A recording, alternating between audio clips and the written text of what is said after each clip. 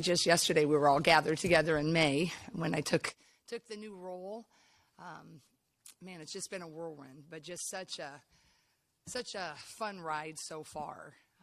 A lot of people ask me what's different, and I say nothing, but in some ways everything. Kind of how I feel. I'm new but old, or old but new. But it's just been really great to get to know our young women.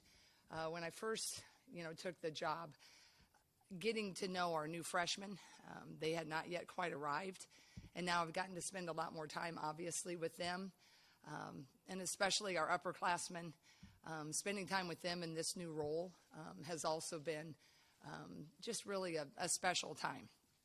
And we talked a lot about, we got next, and I've spoken about that often at different like fundraisers or things like that, and we just talk about that we're really been so blessed because some of us have been here all those years ago and last year, and the ones that have signed up that weren't here last year, the one thing we all have in common is we are so excited that we got next. And I think we're just so focused on the future. I've really, really enjoyed getting this team collectively together. And now as it becomes more and more real, right? The scrimmagers are one thing in May and June. They start to take on a little bit different feel when it's September and October. And when we say scrimmage, we're scrimmaging against our men's practice squad. So it's definitely exciting. The buzz is in the air, and I can't wait for all of you to meet this new team in about 15 minutes. So let's get to the fun part, but I'll open it up for questions now.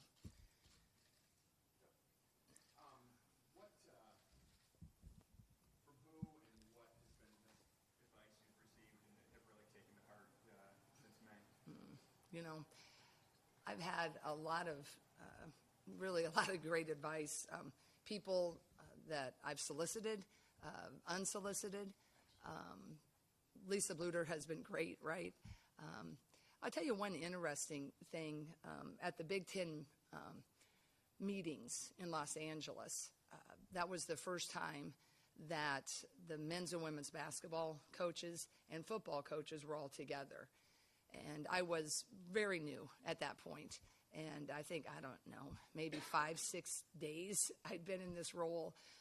So, I often tell our freshmen that there will be many times in life when you're a freshman where you have the butterflies and you're trying to figure out the hallways and, what's my locker combination. And I felt that when I went to the Big Ten media days, right? Or the Big Ten meetings, because you're trying to fit in, but you're also trying to glean and know. Knowledge.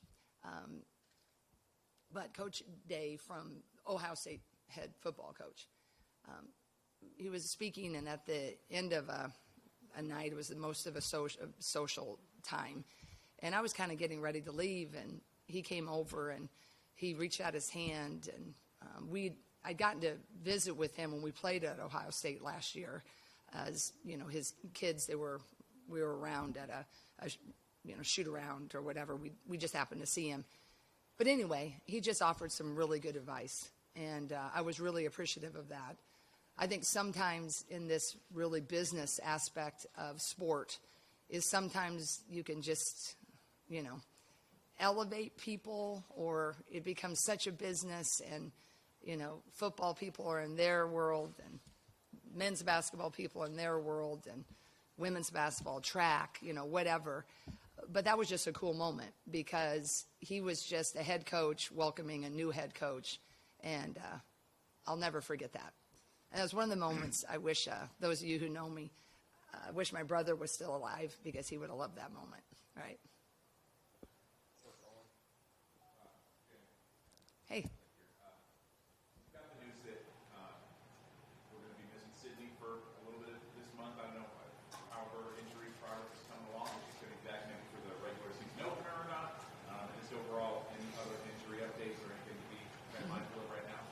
Yeah, thank you, Owen.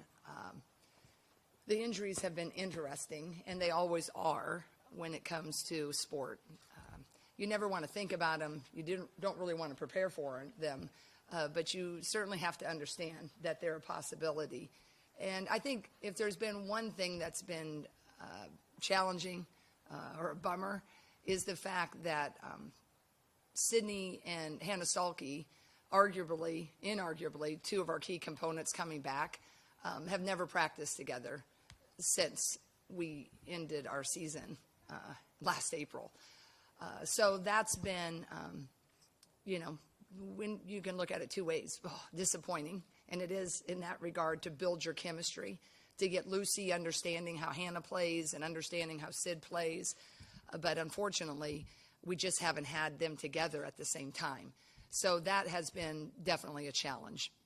The positive, it does give other people a lot of reps. It gives, some of the young people, a nice audition. Some of our returners, it gives them a nice audition. But that's something that you can't discount. That's a lot of days missed in the summer, a lot of days missed this fall where you just can't get that synergy. And the offense that we run, it takes time. It takes time. There's always been for our staff, when you put that group together, you hold as long as you can because you want to give, fair time for everybody to show that they can earn that starting spot or earn those minutes. But there comes a point where you have to put a group together because the way this offense runs, there's lots predicated on that comfortability and the reads. So that's my biggest concern, is we've lost a lot of time where the upperclassmen who know what they're doing, they haven't been able to set the standard. But with that being said, I remain excited, and I really believe the younger ones are giving us all they got, and they're doing a good job trying to pick it up. Chad Leistico, Des Moines Register. I realize it's a long list, but from what you've seen from this young team, developing team, what will you miss the most without Caitlin Clark? Who is that? Yeah. I think Caitlin is rare and Caitlin is special. But anytime, I'll go back to Caitlin, what was rare and especially special about her. But anytime you lose a very senior-heavy class, or maybe I should say experienced class, there's just a gap for a while. Because you cannot, I don't care how great that freshman class coming in, there's no speedy trick for experience. It doesn't matter. All of us in this room, whether I take this head coaching job, we all move up in whatever our fields are, you just have to go through it. You just have to fall on your face a few times. You have to make a few mistakes. You get some glorious moments. So what we'll miss about the last era is that experience and what it feels like to go into Maryland, what it feels like to, come off of a loss, what it feels like to be great, and to know what it feels like and to expect it again and again and again. That is how Caitlin came in as a freshman, because the great ones always do. I mean, I will never forget her first press conference after she signed is she stated what she wanted to do, which is to go to, take Iowa back to a Final Four. Well, she got 2, right? So they're rare and special. So Caitlin's ability to empower those around her, to believe in possibly what the others didn't think possible, that's what you'll miss initially. But collectively, aside from Caitlin, you just miss, like when Megan Gustafson graduated, you just miss that experience. But you can't do what we do if you're so fixated on the experience, because Megan didn't get experience without our opportunity to get a coach her up. And Caitlin didn't become Caitlin, and Kate didn't become Kate, and Gabby and all the others without the ability to coach them up and all the challenges you have along the way. It's so easy to look back in, the last 3 or 4 years. I'm like, oh my gosh, that was awesome. Well, there were some times it was like, oh my gosh, are we ever going to get this figured out? But that's the beauty of what coaching is. So yes, we will miss all of that, but my staff and we are so excited about the next chapter and trying to do it all again in a different way that we don't spend much time on what we're missing. We're just really focused on, man, look at what we got. Hey, Jim. Hey, how you doing? What's going on? You guys sold out your season again. I know you said when you opened your presser months ago, you're on this fan base, and you guys now have this role of continuing to grow the game with Caitlin and WNBA, I suppose. Like, how exciting is that to you to know that you guys are going to be once again playing in front of a sold-out crowd? Amazingly exciting. I think there's been a few moments I've had in my personal coaching profession, dating way back to Drake, early years here, later years here. But that moment when marketing, I think it was Brandy Britt, who does a phenomenal job, all of our people do, Kelsey Lavadier, when they started to kind of hint a little bit like, hey, man, it's looking good. I don't think I really grasped that. But then when they called and said, hey, they're sold out, that was a moment. A testament to all that was. And really a testament to this fan base of their belief in not only what was, but I think what can be. And that kind of thinking is right up my alley, right? Is just the possibilities.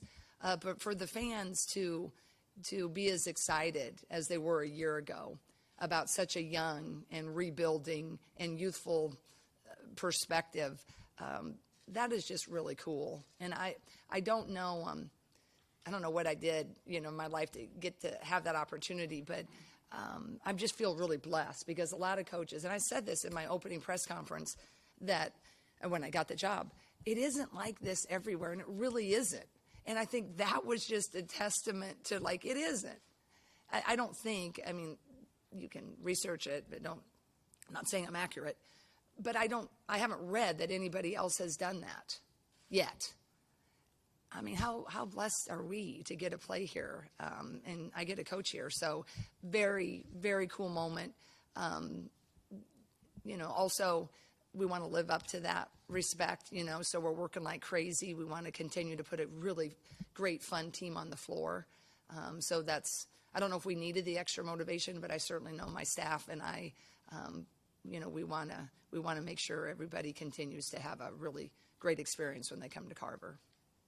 Yeah. Hey, Coach. I want to ask you about ball handling because a lot's been made of, obviously, the scoring gone and the shooting from Caitlin and from Gabby, et cetera. But you lose Molly Davis. You get a lot of ball handling in. Kenise Johnson-Eti, curious about her development. Can you talk about the guards and how that's going to be remedied, that loss? Yeah, I think, we have a lot of kids who played either the 1 or 2 position in high school. So, certainly Lucy Olson, that was a great addition that we had, a needed one.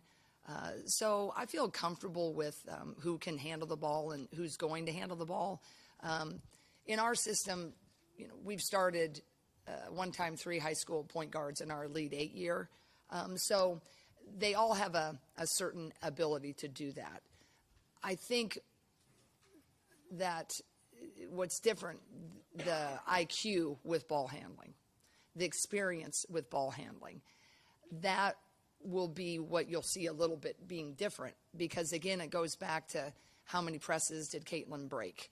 How many, presses did Gabby help her break? Because she knew that press break like the back of her hand, right?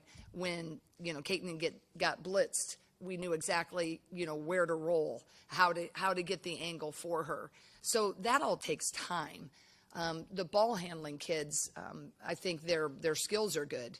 They just have to be in situations. And every coach in the country will tell you, no matter what their situations were in high school, it ain't nothing like they're going to see now, right? Everybody's bigger, faster, stronger. The schemes are so much more complex. So we are thrilled with the skill.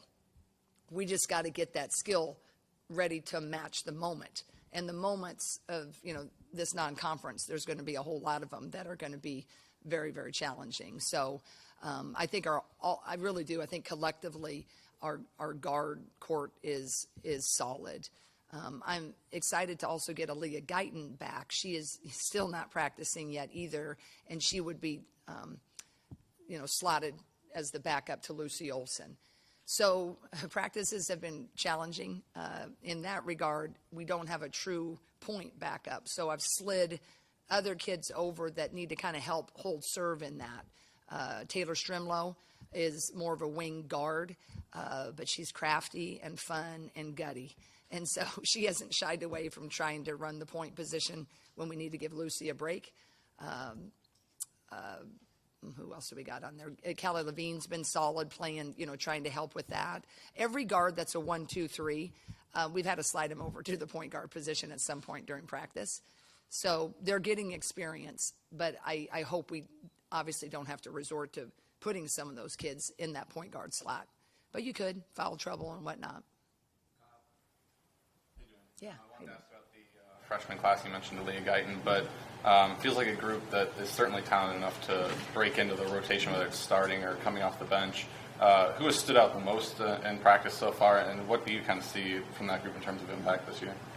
I think we have a really solid, great freshman class. We're pretty well versed in most of the positions, except like maybe a true big. But the versatility of Tegan Malini, she's a big forward. She can post up a little bit. She's got a really quick, good 3 shot.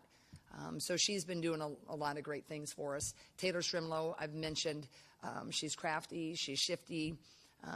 She's not afraid to take a chance on a pass, and that's kind of fun. And thankfully, we're used to that with Caitlin, right? So when she's trying to whip it from a long way away, we're able to manage that. But what I like about that is she sees the court, and she's not a true point guard, and she's edgy. She's willing to take a little risk. And what's important about that for freshmen is a lot of times they're just so worried about learning it and doing it perfectly. Taylor's ability to kind of push the edge, that makes you better. It makes herself better, but what I like about that, she has a freedom to play for us. She has a freedom, to be like, hey, I'm going to try this. No one's told me I can't do this, so I'm going to try it.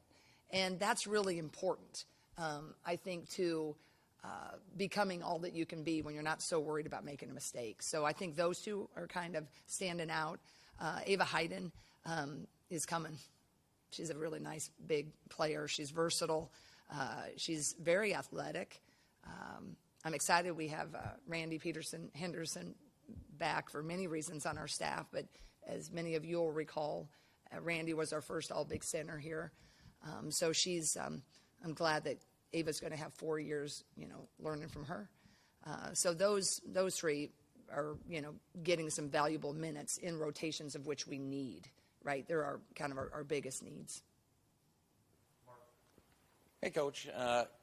Because of how close you and Lisa were and how much you talked, maybe the answer to this is nothing. But I'm wondering, in the first few months of this job, what aspects of this job maybe were a little more surprising to you or more challenging than what you were expecting? That's a good question. When I think about the challenges of this job, I think the unique thing isn't that anything's been surprising. It's just now my viewpoint, right? We can kind of joke, you slide 6 inches over and it's different, or I'm just now the next office over. But the viewpoint of which you view it now, that I think is different. I think, or I'd like to think, being, one of her right hand, along with Jenny for 32 years, that I was about as empathetic to that viewpoint as you could be. But I always knew at the end of the day it was her viewpoint. And the pressure was hers. The end of the day decisions were hers. So I feel like that, just the weight of it, but in a good way.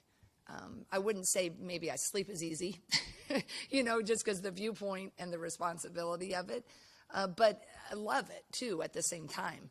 And I think just on a personal note of the longevity of coaching with Lisa, that was unique. Because for 32 years, you kind of, what do you think? Well, now that person is no longer there. My staff, I love, great. It's just 32 years of history in the tank, right? So that was, I mean, I think anybody could say that'd be a little bit of a difference. And more so, not anything perhaps basketball-wise, just the daily personal connection of that. So, navigating that, was different, but all good, because Lisa, man, Lisa's having the time of her life. We're with Billie Jean King, and then we're on here, and we're going there, and I could not be happier for her. And she is always at the ready if we would need her, anybody on our staff. And I'm so busy, I don't have even the capacity to really visit with her, and she knows that. Like, we don't just chat often, but it's fun. I'll hear our staff, they're like, hey, Mom, I'm leaving. I got lunch with Lisa. I've had 2 or 3 of them say they've had lunch with her, when she's in town. So she'll always be close. With the emergence of Hayden coming in, you've got 2 veteran hosts. What's kind of the pecking order there, and does all of this mean that Hannah gets to go back to her, maybe a more natural position? That's the $1 million question, Jeff, right? Yeah, I mean, Hannah is a tremendous power forward, and as Hannah showed last year, Hannah is a tremendous center. And I know there were questions early on about playing her, and we knew there would only be a couple situations where it would be difficult, and that's when we faced tremendous size, and that's what happened when we faced Cardosa in South Carolina, and it was evidenced. But there was only a couple challenges that we couldn't handle, and on top of that, South Carolina was stellar in every regard. So I think the hand we played last year was the correct hand. I'll stand by that, forever. Even if we wouldn't have gone to the Final Four, but just her ability to be a rim runner, her ability to rebound with authority. She's got there's intangibles that every coach will tell you that just makes you good. And Hannah's got the intangibles with her mindset and the rebound and the ability to really compete. So 5 or 4, she's going to be great, where you put her. We would like to play her at the power forward, which then opens it up for Ava Hayden, Addison O'Grady, and A.J. Ediger. And there's 3 in the post. They're all doing a really great job, really great job. Addison's made great strides. Again, Randy's worked with her great this summer. So it just kind of depends on, how we want to look in that. But I would say right now, Ava's been really, really, as of late, as she gets more comfortable, starting to separate herself. But I expect Addison to have a critical role. Depending, AJ, just like last year, she battles and she'll be ready. And AJ had some big minutes, actually, against LSU when we won. So I think they're all showing great improvement. But I would say right now, Ava is really starting to separate. We have time for 2 more, Adam and Zach. So, when you lose a piece like Caitlin Clark, not only are the young players stepping into a bit of a vacuum, but some of the veterans are stepping into new roles too. So, how has Kylie or Taylor adjusted to not just standing on the wing and saying "great shot, Caitlin"? Yeah, that's what's fun, right? That is what's fun, because the team, as much as they would have loved another year like we had, another year with Caitlin, they're also really ready for their time, and clearly understood that they wouldn't trade any second of the past time, and they loved it. But now they get a shot to take the shot. They get an opportunity to be the one that's the key stopper. And they have leaned in beautifully. Kylie is looking great. I'm so proud of her jump. Abby Stamp's been doing great with all of her guards. But Kylie has a sense of confidence. Taylor is stealthy with that 3 again. They have a different level of confidence, and they're competing, right? Because there's a couple spots that are open, but they're doing it in a really healthy way. And I've been really impressed with their progress. And I think Lucy is really, growing and learning and understanding how we want to play. So that's really been fun. And Raina with her big dogs, the small forwards and wings, they're just a fun group. When we break down in our, there's wings and points and bigs, I hear a lot of barking over there. Let's say that, right? But they're just leaning in. And I know it sounds Pollyanna-ish now, but you couldn't ask for everybody to compete and push each other and remain eager. They're giving us all we got. And we have our first closed scrimmage on Sunday, and we need it because we got different combinations and different things we want to really see against, like our guys know our plays a little bit pretty well already. So we're ready to take that next jump, but you couldn't ask for anything more out of these kids right now, especially when they haven't had Sid showing them how to do it on the floor. And we just got Hannah back, and we don't have a really backup point guard. So Lucy's been running, overtime.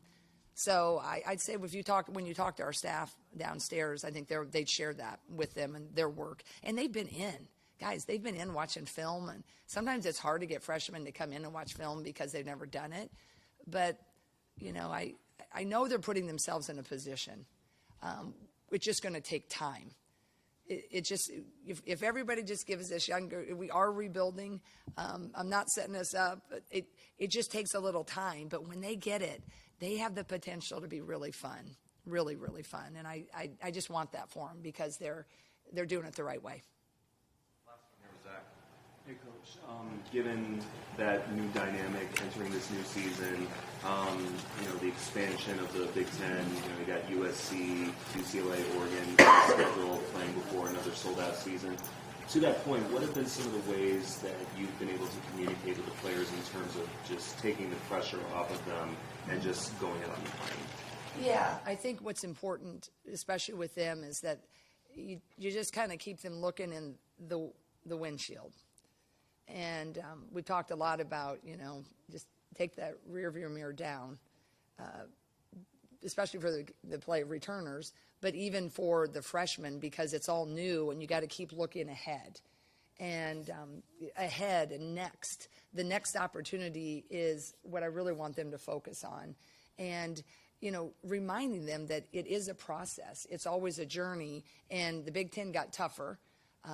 The players are really, really good. Is just really challenging them to stay in this moment. Because if you listen too much to everybody telling you how great everybody else is and how much you lost, then it can seem to be a little heavy. And I just like how they're leaning into they got next. And I want them to really embrace that because we have added some great, great teams. Utmost respect for all four of those coaches and their programs. But we also have amazing teams still here. I mean, Brenda at Maryland, they're great. Terry Morin at Indiana, great. We've had a great league that it's every game is going to be a challenge, but that's what makes it fun. But I just keep reminding them to embrace this moment and who they are. And I think if everybody will just let this year's team be this year's team and not the one back there and not projecting what they should do or could be, but just let this kind of all ruminate and let them kind of start figuring it out. I think they can really have a nice level of success despite how great all the schools are. Thanks, Jan. Yeah, thank you. Thank you. Appreciate it.